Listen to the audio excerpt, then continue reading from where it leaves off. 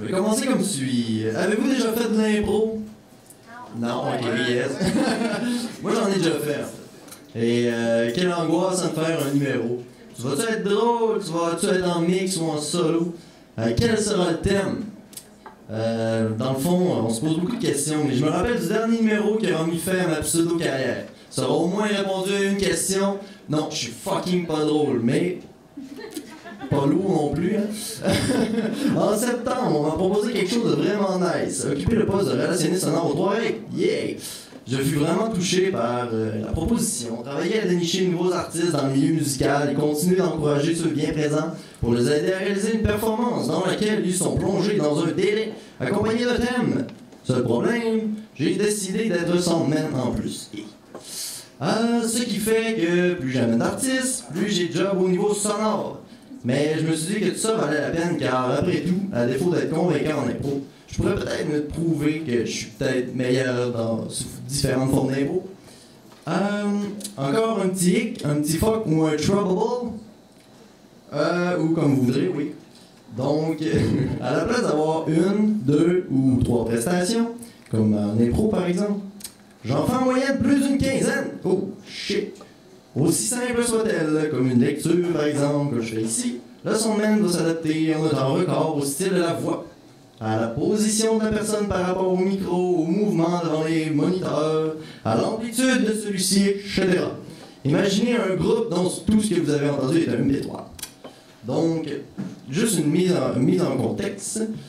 L'oreille humaine entend de 20 à 20 000 Hz. Okay? Ça fait approximativement 20 000 Hz que notre oreille entend. Okay? C'est quand même énorme. Toutes ces fréquences, ici je suis lourd, vous me le dites. Toutes ces fréquences se trouvent à subir une multitude de traitements et de changements par rapport à la source, qu'ils soient électriques ou acoustiques. Elles rebondissent sur les parois des murs et sont absorbées par divers matériaux. Certaines résonnent à la pièce et ainsi de suite. Okay? Lors d'une prestation, le travail du soundman est principalement garder le signal à l'entrée d'un système auditif aussi représentatif que celui de la source. Donc ma voix, quand elle sort là, il faut qu'elle rentre dans votre oreille aussi vite. Donc pour y arriver, ce que le soundman doit faire, c'est jongler avec plusieurs paramètres et blablabla. Et il n'y a aucun preset là-dedans, il n'y a aucun pilote automatique, puis il n'y en aura jamais. Okay? On serait-tu assez bien Saint-Sulpice? Mais voyez-vous, non. Parce que c'est ça le live. Une montée d'adrénaline digne d'une game de momie au parc. C'est ce qui nourrit certains, dont moi. Ce qui est difficile, d'être capable de gérer tout ce que je vous viens de mentionner, vous me direz? Non, vraiment pas. Ça peut sembler une montagne de choses à faire, mais en réalité, dans le fond, chaque job a sa difficulté.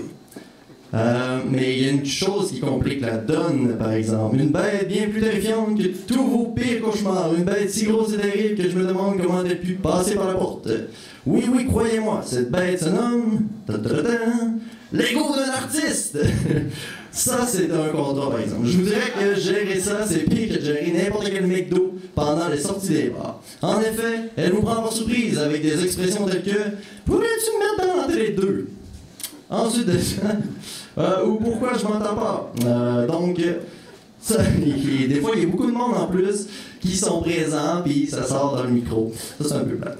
Ou encore, je veux que tout soit parfait, ou ça file, ou je suis habitué, il faut que tu montes des chut. Alors qu'on a un gros 5 minutes de test de son, dans des conditions pas toujours idéales. Si j'étais le père de ce monstre dégoulinant d'ardeur, j'abuse un peu, là, je lui dirais d'aller dans le coin pendant le dessert. Mais je peux comprendre, je suis musicien aussi. Ce stress que l'on vit quand on monte sur scène, on voudrait que tout soit bien aligné puis que pour mettre à terme notre performance. Mais dites-vous une chose, l'ombre derrière la console qui n'est souvent illuminée que lorsqu'on lui fait son procès veut la même chose. Et bien oui, ce n'est pas votre ennemi en effet, il veut que tout se passe bien. Il n'est pas en contrôle de ce qui se passe sur la scène. Lui, c'est l'intermédiaire entre ici et vous.